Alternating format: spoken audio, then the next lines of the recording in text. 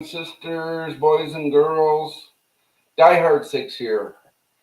Hey, it's been a great week. A great week. Welcome to the Monday Mission Podcast. We're going to give you our little weekly update. We've got this great guest today. Oh man, a brother from another mother. We're going to be talking about some stuff.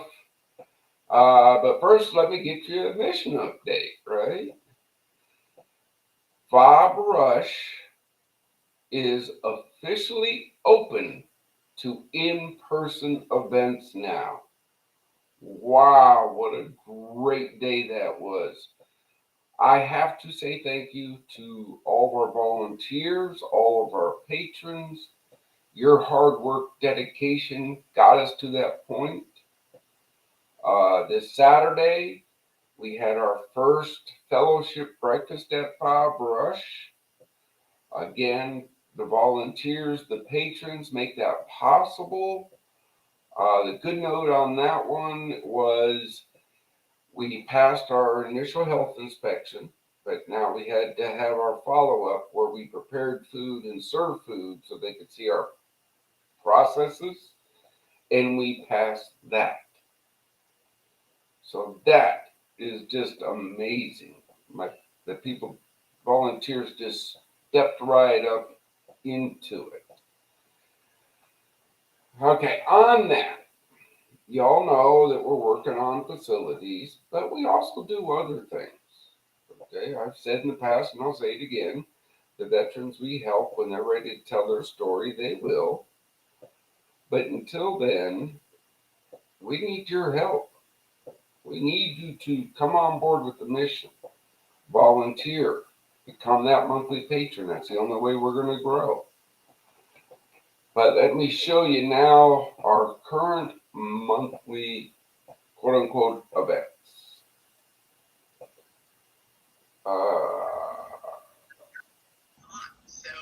Nope. Window, this one. I'm still working on the technology.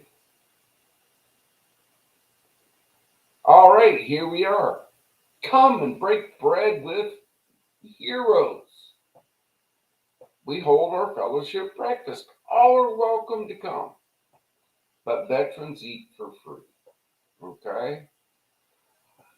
Paducah, Kentucky, the first Wednesday of the month, 0700 to 0930, 2861 James Sanders Boulevard, the IHOP there in Paducah. Come on down, meet with us, sit down, have a meal with a veteran, fellowship, talk. Brothers and sisters, come network. Last month we had 3 get appointments set so they could start getting their benefits. And I'm proud to say, McKanda, Illinois, Forward Operating Base Rush, the first Saturday of every month, 0800 to 1000 hours. That's at 189 Haven of Love Drive, McKanda, Illinois. Come and break bread with heroes. Come see where your donation goes. Come see the hard work all of our volunteers are doing. Remember, we are a faith-based, scripture-led veteran nonprofit where all the donations go to bring hope to veterans. And we work with the blessings that we receive. You can scan that code to become a patron, or you can go to projectdiehard.org, hit that donate button, and together we're going to save veterans' lives. That's the big uptake. We have started on our next phase. That is the 2 back bedrooms of the fob. I didn't get the graphic done in time, my apologies. But we got the 1 bathroom demoed down. And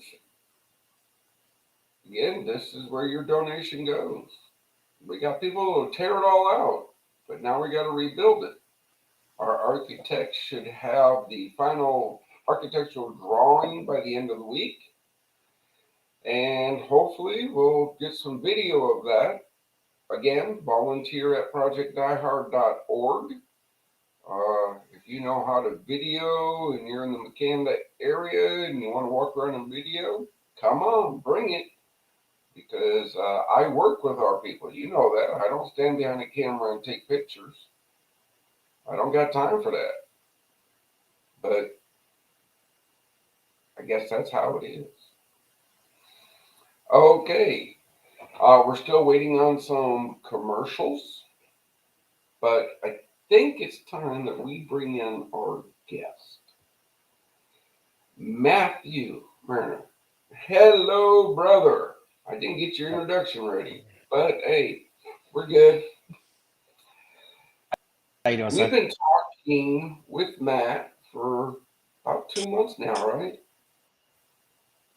Yes, sir. I'm not sure, man. We work for a living. Okay. But he's with the Birdwell Foundation. They do great work out there in Texas. We've modeled some of our policies and procedures on what they're doing because, again, you take the best and you duplicate it. So, brother, tell all of our followers about yourself, who you are, your service, and why did you join the Birdwell? Sure. For sure. I grew up actually Alvin, Texas, 30 minutes south of Houston. High school there. Played 5A school for football. I started my first year when the war kicked up. On and went overseas. 4.5 tours and 4.5 years in the Navy. During that, I saw a lot of death. Had people. Had one actually. We were on our way back from a 9-month deployment. We were about to get home. Happened to one of our ships, and we had to make a U-turn. And that wanted to stand. He walked straight up, flight deck, and board, committed suicide. Yeah, that's a big problem even on that. Yeah, that's it. Yes, this is a big deal doing as a non-problem, and specifically this podcast, getting into the masses.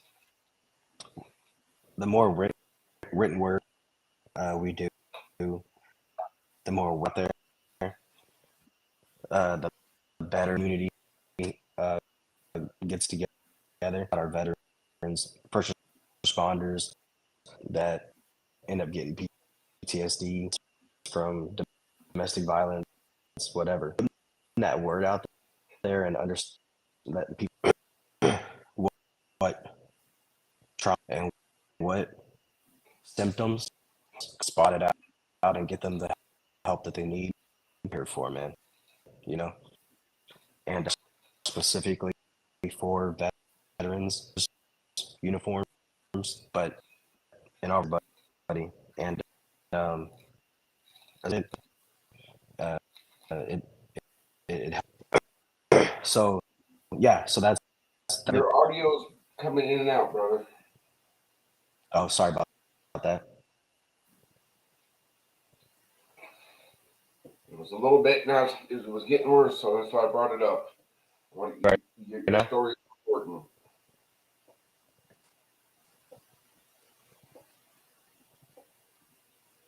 Still silent.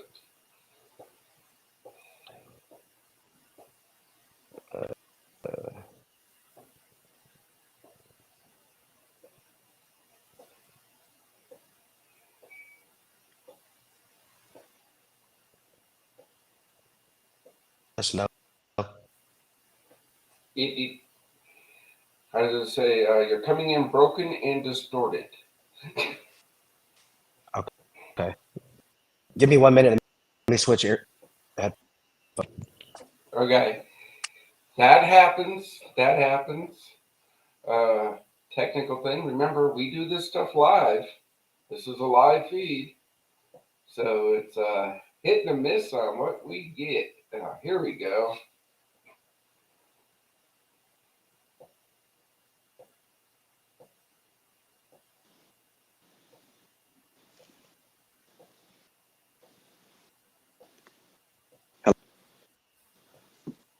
Can you hear me?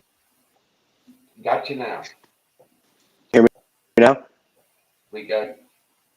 We're good. All right. You heard me say.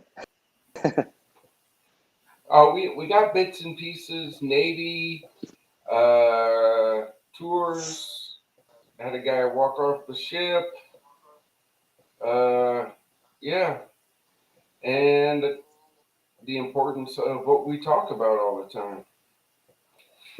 Right. Yeah. So let's talk from there. Um, when I got back from the military and saw lots of trauma at Houston, Texas. I ended up saving lives a couple times myself. Uh, I saw the evil in the world, all, all that stuff, and y'all, it's an easy transition from the military to being a first responder. A lot of veterans end up going field, whether it's EMS, policing, nurses, because field medics, they end up being stuff like that because they know how to react. And everybody, you get out of that military field, jump into this new field, you still have to vet yourself. In the military, we have battle. I'm responsible for you. You're responsible, right? You lean on me. You see me drifting off. It's this way, brother. Keep each other on check. Always have that person that some people go home to family after they come. Some people come home that were in the military with them. For instance, I came home to my friends that were in the military, and two of my phone. I'm in Houston, which isn't that a daily communication. Same barracks, same everything that can mess with. So was when you that feeling alone, right? Separate from your family because you don't want to you don't want to will hurt somebody's feelings. Military is not taken very well, right? Because they don't understand our crazy sense of humor.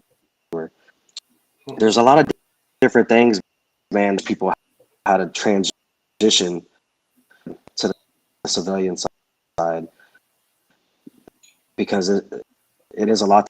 There's books written about it, and if you don't know how, into depression and to alcoholism, drugs, addiction, very, very slippery slope.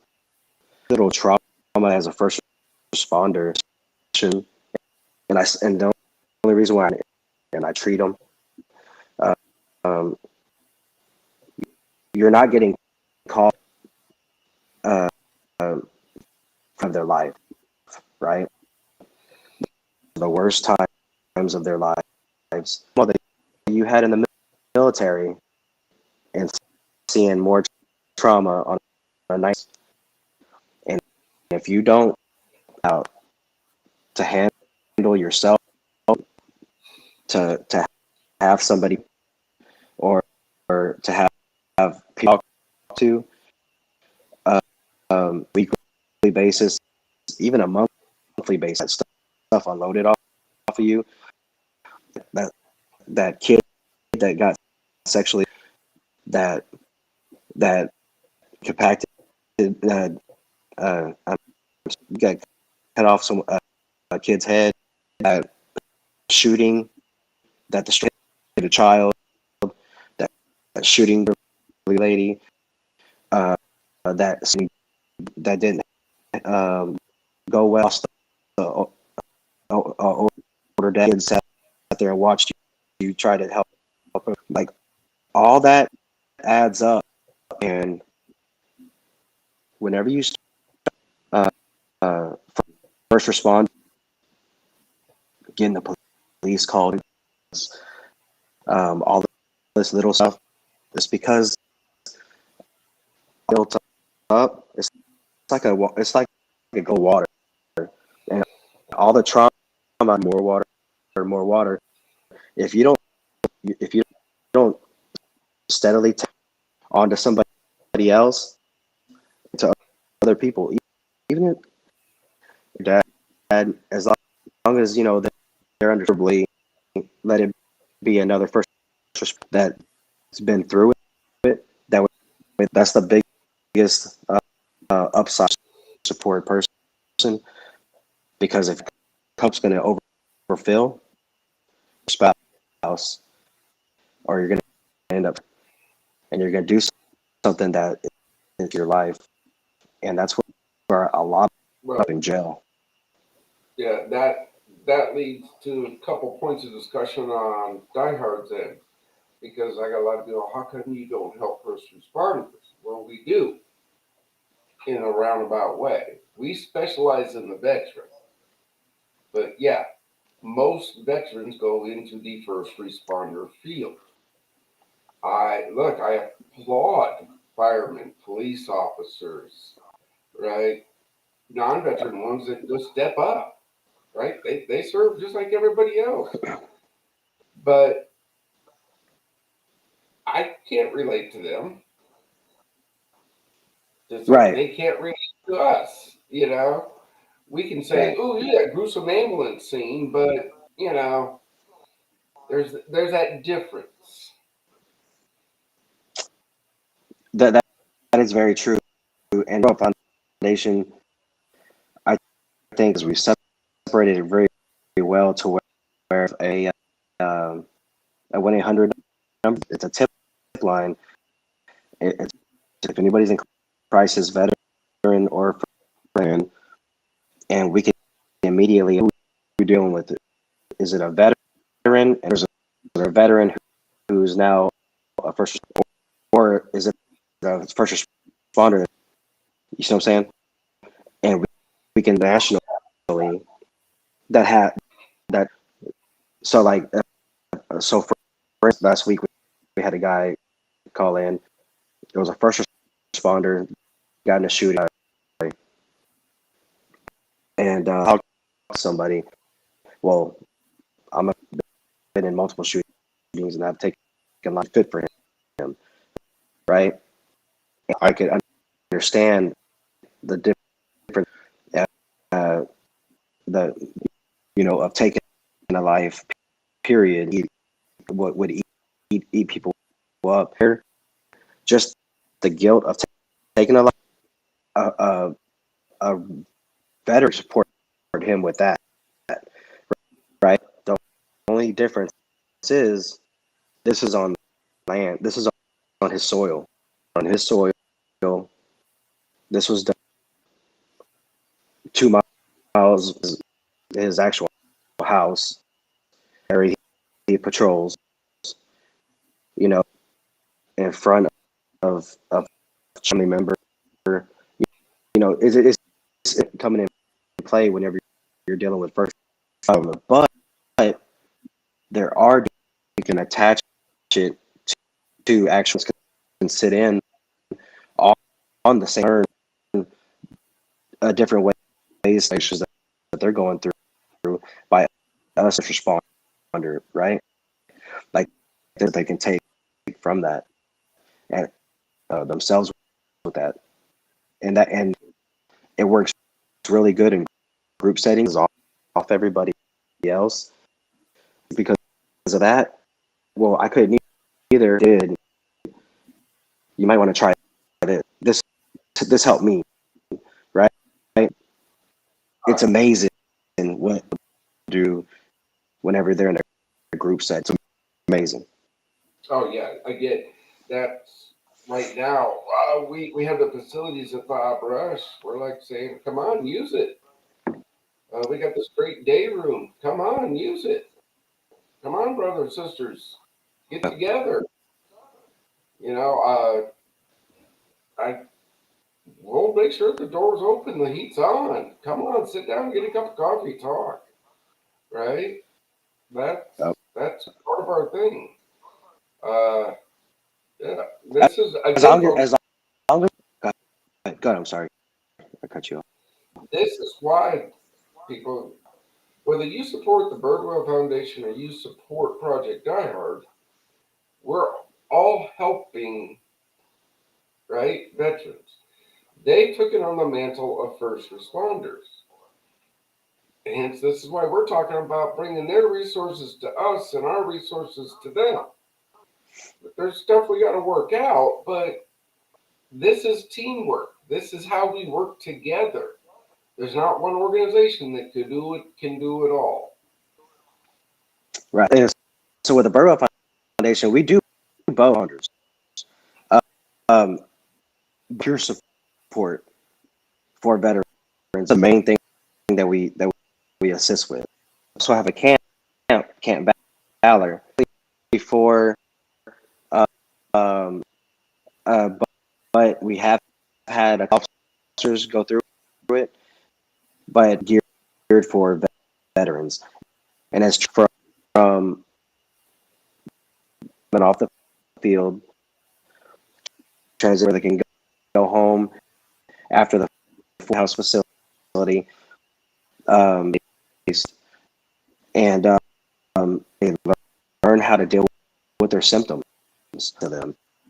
They understand what's John Bailey is the man. This guy is awesome. He's an older cat, and so in a last year in Vietnam, and this guy has had the Lord looking, and now he's pouring younger guys that are coming in, and he's pouring in all the stuff that he's just pouring in. Man, our is awesome right now, man. These again, food done for them, room and board. You know, they're eating things in there inside the camp. They have everything in there. It's just, it's great to see when they're broken and they're leaving it with a different mindset. That's their last hope. Oh yeah, again, Yeah. that's It's the like, whole premise. oh man, yeah, oh yeah. I mean, what are we, right? And so much because it falls right in line with what we're doing, and especially you know, there's a lot of people that don't say that out loud, and you know, you can't get some kind of, you know how that, but we don't care like that, and you know, following the word, connecting the words, making it it does it does wonders when and give them in their head of what on this other side from the book. It switches their mind positive. Yep. All right. So we heard from Matthew the Birdwell. We're getting transition now into, we bring everybody back up, and then I gotta bring this question out for the day, because this is something that, hey, we're here to talk about issues. We're here to talk about it. And only together can we solve an issue. I bring this up today because yesterday I got notified from a brother of mine, and this is a actual my age type combat brother, right? He just lost his son to the demon. His son was a veteran. Okay. So as the meetings I've had today, I've brought up this holiday spike is real, folks. It happens every year. Okay. So we rolled it out a couple weeks ago, and we're going to keep pushing it. But to my group, my question is this: why should people check their vet? That's the main one. The second one, what's your intake or your input on this? Why do you think every year that number spikes? And we will go ladies first with Susan. Well, as far as why should we check our vets? I mean, what you just said when you sent that message this morning that you knew another person who has lost that battle. It just brings it back of why this mission is so important. I struggle with understanding how it is that the numbers are what they are. I am not a vet. I know you guys were talking a bit about EMT, that whole emergency. I was an EMT for 10 years. So I get a lot of what, some of these topics that are hard to handle, I can relate to on a level, but on a different level, right? I don't have the same background that you guys have with having the military experience, but having the training and all those pieces, I feel like I have a feel for it more than some. And I struggle with this. I had a fellow EMT that back when I was an EMT, actually it was shortly after I retired from EMT world, that he took his own life. And that, I mean, talk about really trying to wrap my head around an issue like this. I, honest to goodness, for as well as we knew him, had no idea that was where he was.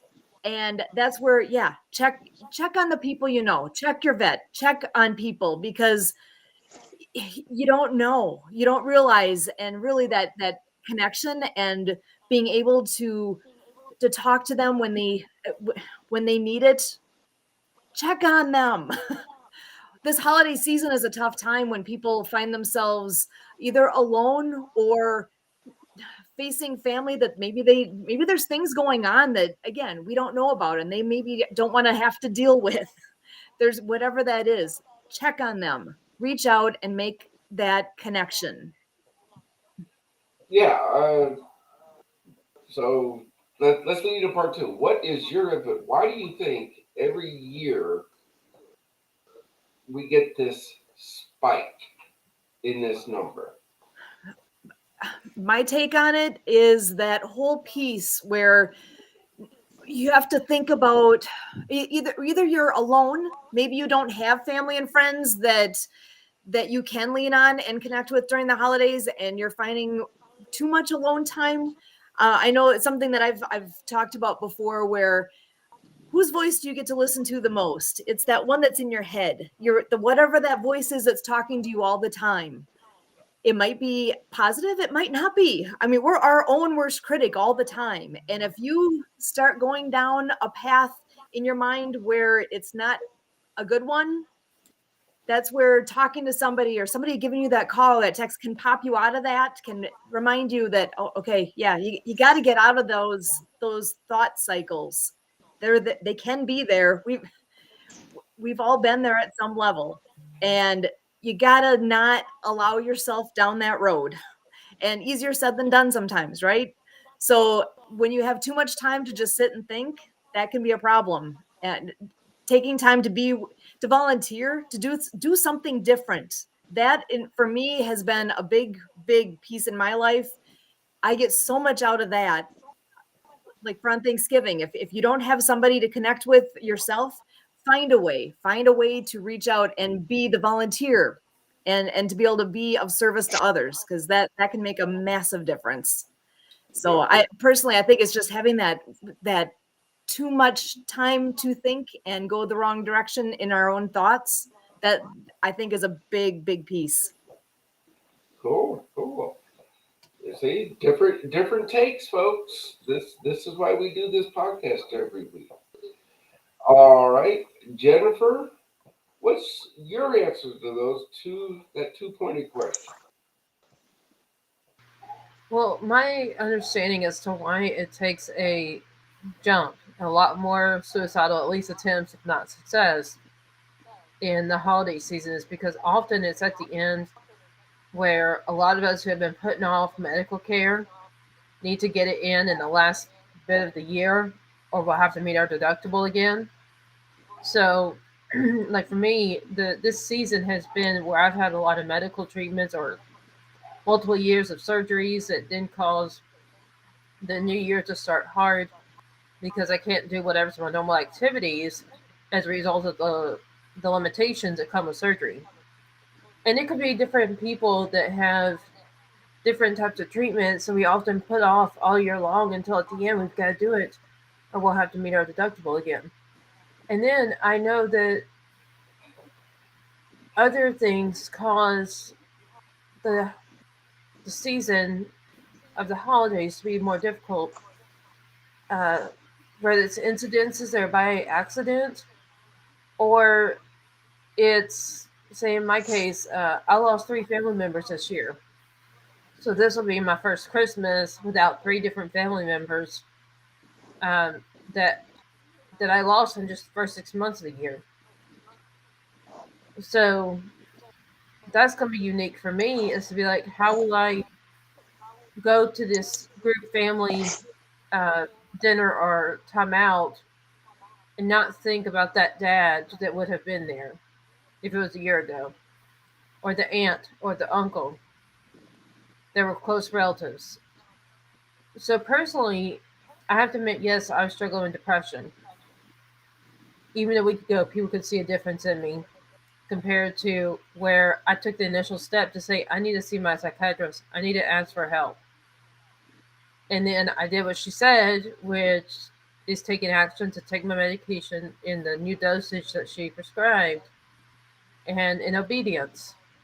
And some people have this idea that even if they need medication, they won't take what has ingredients that they've never heard of.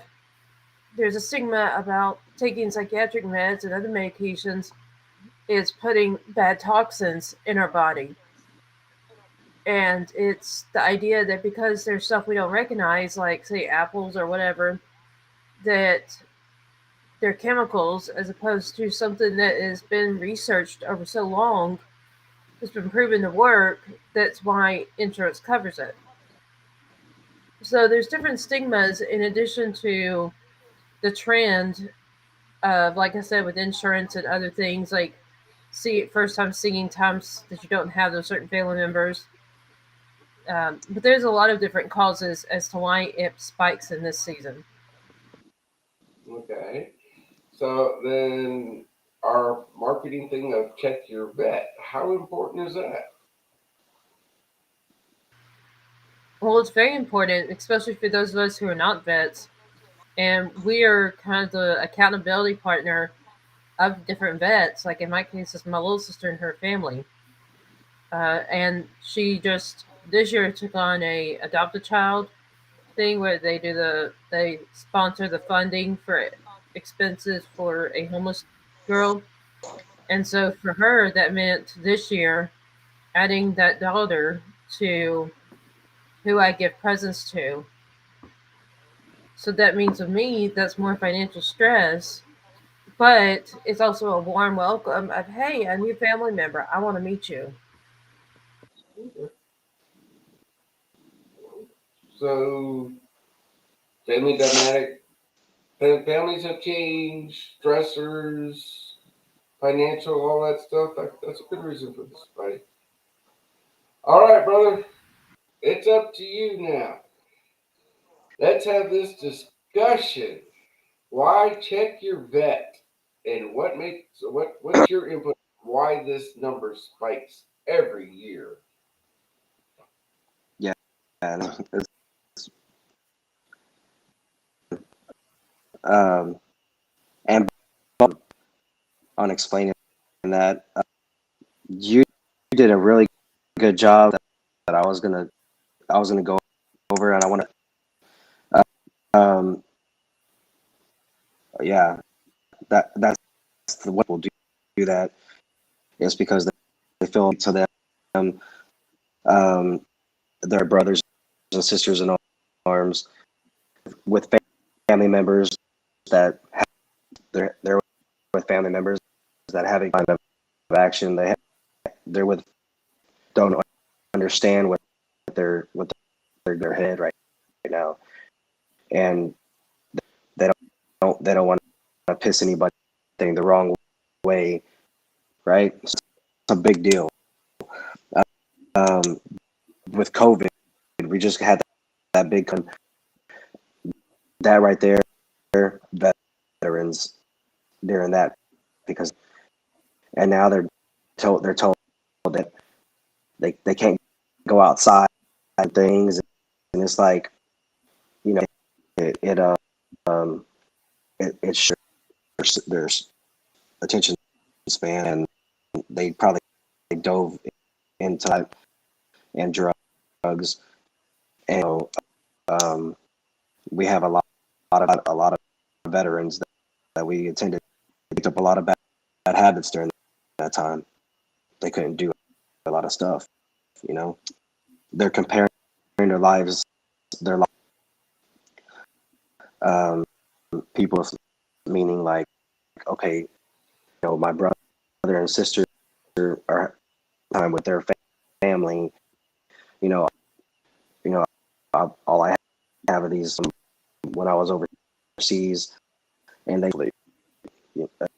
in their inside their head, you have to be aware of that, or out of that darkness, proactive as a foundation, as a person. We have to understand who served, isolated, and we have to press them and pull them out into the light. Um, we we have we go and get we're gonna create an event. What you want to do in it? You want to do the parking show?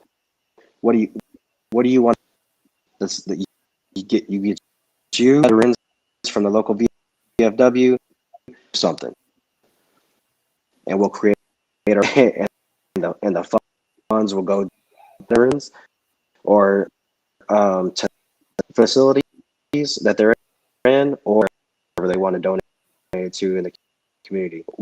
We adopt families. It might be a veteran family. We get the veterans involved in it. You're you're assigned for the girls. You're assigned to getting. You're doing the toys. Purpose, because they have a reason to live. They have a reason, plan of action for the next month or whenever that, right? They have a plan. They're not waking up saying, they're not waking up.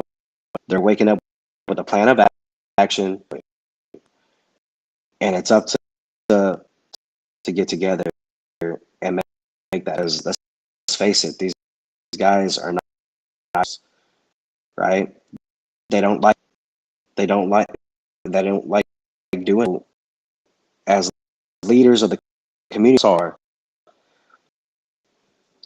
that and are not our platform to I wrote it um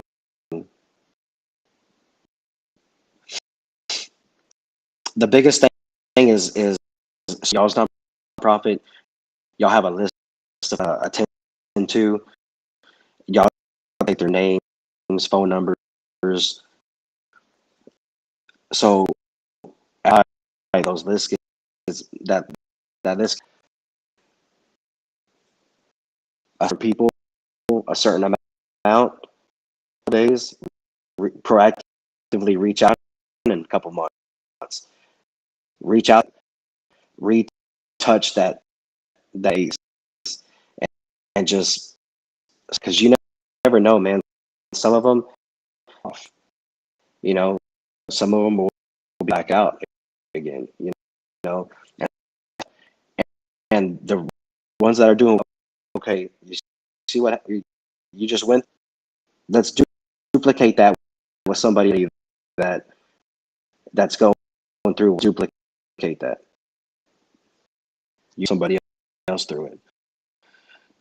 Cookouts. Just keep them serving others. So with me, I wrote a book. Right, it was part of my healing. And that's another thing too. Styles of journaling. I'm writing a book. Journaling because it helps you track, and it helps you track your decline. And if one day you, man, I thought back, who did I talk to on this day? Okay, I did this, that, right? It helps you form that thing in your mind, creates a pattern, right? And you just keep doing. The more you do it, the more it's in your mind. Books is good. Podcasting out there, helping other people. Tasks, get your family, friends. You were mentioned earlier, Jennifer. You lost family and friends. A good way to not. It's not going to get over this because your family is close to you and wholeheartedly to help you over, because right now I know you're hurting. Family involved, right, is everything. Well, the good news is I have a large family. That's Just my little sister's spouse alone is over 200 family members. So, beautiful. I mean, before you consider my other sister's spouse and our parents and all that, I mean, we've got my mom's family alone is over 100 family members. So, we've got plenty of support with a huge family. And you use that though, and I'm saying this because a lot of a lot of people and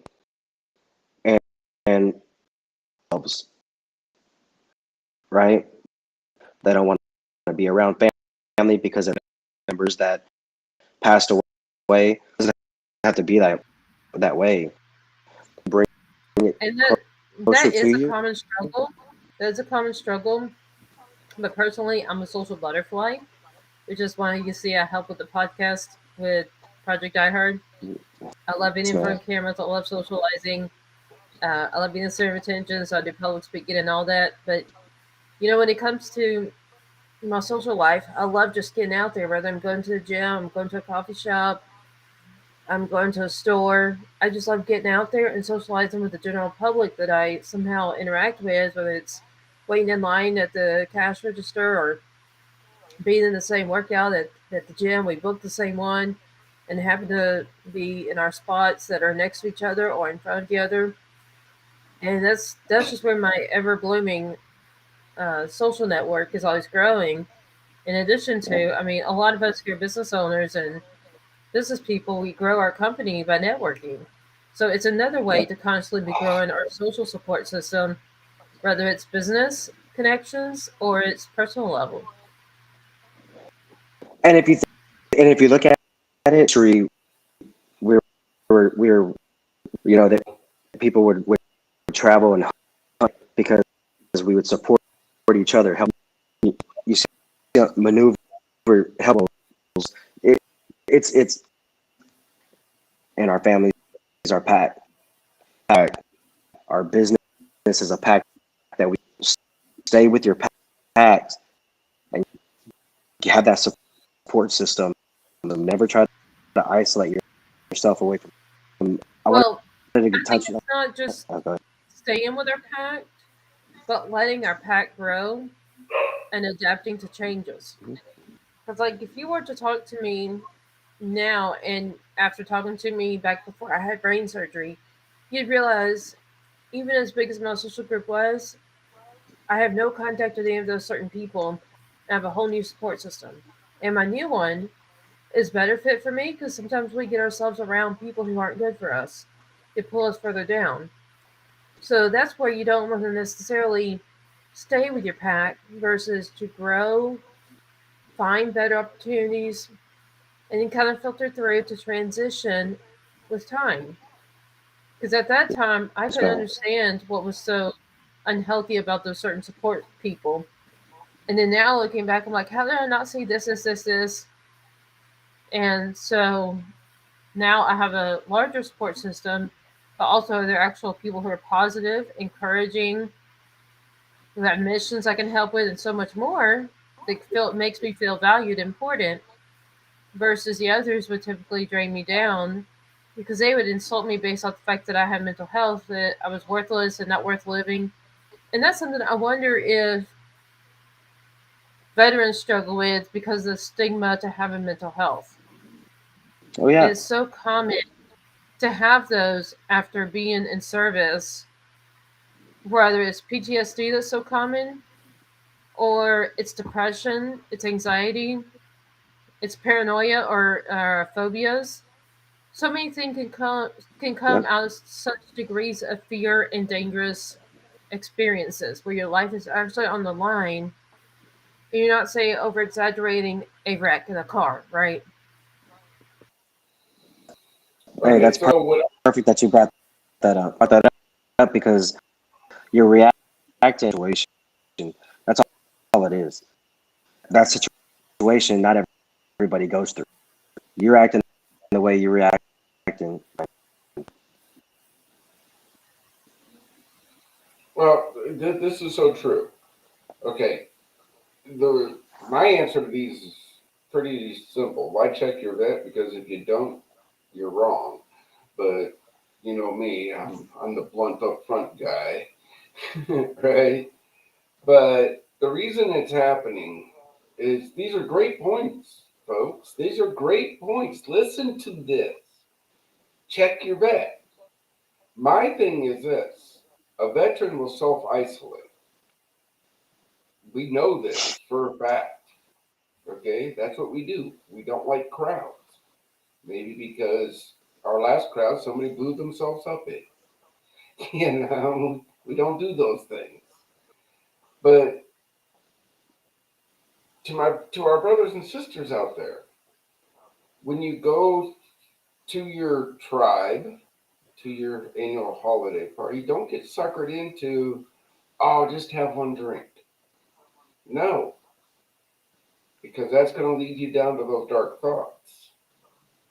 Those dark thoughts, because you don't want to go hang out with your family because they think you're messed up, it's going to lead you to other thoughts. And that's when the demons come in and are going to really attack you. Okay, so don't do that. Okay, stay strong. Don't give up this fight of life, brothers and sisters. I mean, I can't stress this enough. Yeah. Another thing to our civilian counterparts. Yes, the holidays are busy. But if you were checking on your vet before Thanksgiving, why'd you stop? Why'd you stop? Was it the Christmas cookie baking? Was it the shopping? Was it the... So life gets busy. I can tell you for a fact I got 7 veterans every day. They get, keep going, brother. That's all they get. A text. Keep going. And I can tell you they appreciate those text messages more than anything else. So take the time to check your vet. I don't have a vet. Oh, yes, you do. There's one on every corner. Okay? You know, Yeah. you swing a cat and you hit one of us. Find one. Find a vet to check. If you don't have a vet to check, find one. Reach out. Reach out to Matt. Reach out to me. Reach out to Jennifer. Reach out to Susan. Trust me, we know a few that would love to talk to you. Veteran VFWs everywhere. Yeah. Go find yourself a vet. Say, hey, good point. Our fellowship breakfast. Come say hi. Break bread with heroes. You might meet somebody you might hit it off with and go, wow, this guy's interesting, or this girl is fantastic. I got to learn more about them. And then that interaction helps the veteran. Wow, amazing thing, isn't it, folks? I hope you've learned something here today, right? But this is real. This mission is real. This teamwork, this camaraderie is real. This is how we're going to solve this problem of veteran suicide, is by engaging, by talking, showing the veterans, showing my brothers and sisters, it's okay not to be okay. It is. We're different. We know this. But it's not weakness when you say, I need help. It's not. So Broke up. There you go. I'm gonna quick. So old days, right? People would look if you said you had PTSD. You know, it was names, right? Shell shock, right? It was PTSD. Back then, guys would be like, oh, you know, older heads nowadays. Well, back in, I had my, let's say when I'm back in 07. Back in those days, back out there. We can't get back out there. And you're trying to serve this, just turning, you dying in front of you over and over. And you have this emotion going inside your head like nonstop. You don't know what to do. You don't know what to deal with. How it's going on. So then moment you drink yourself to sleep because you fall asleep because you have a movie going and you want it to end out of you. So you drink, you self right? That's whenever you don't get that support. So now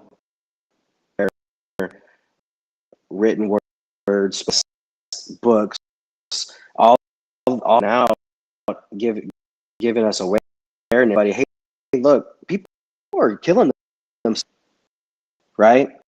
So it's departments, it's making these fire departments open their eyes and say, we have to give these, right? There's something to the numbers are too big now. So that we're helping these guys now.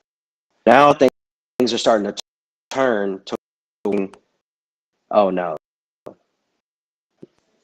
you're just acting, go back to do that anymore. Now we have stuff going on our, so you got to get them help first. Putting the Matthew? person back out in the street is not mentally is a liability. Hey, Matthew. And then let's get him on. Matthew, we're at the end of our time. Can we invite you to come on again another Monday at the same time? And we'd love to hear from Dan to continue what all you had to share. It was great stuff. Just running out of time. And Brian? Yeah, unfortunately, time is time, and we have to follow that clock. But we will have Matthew back on. Again, reach out, volunteer. Thank you again to all of our. Oh yeah, yeah. It's on Amazon. We're gonna get one of those for the library. But yeah, brothers and sisters, stay strong. Stay with us. Right? We need you. We need you. With that being said, keep us in your prayers. Keep sharing the mission. Thank you and God bless. Everybody say,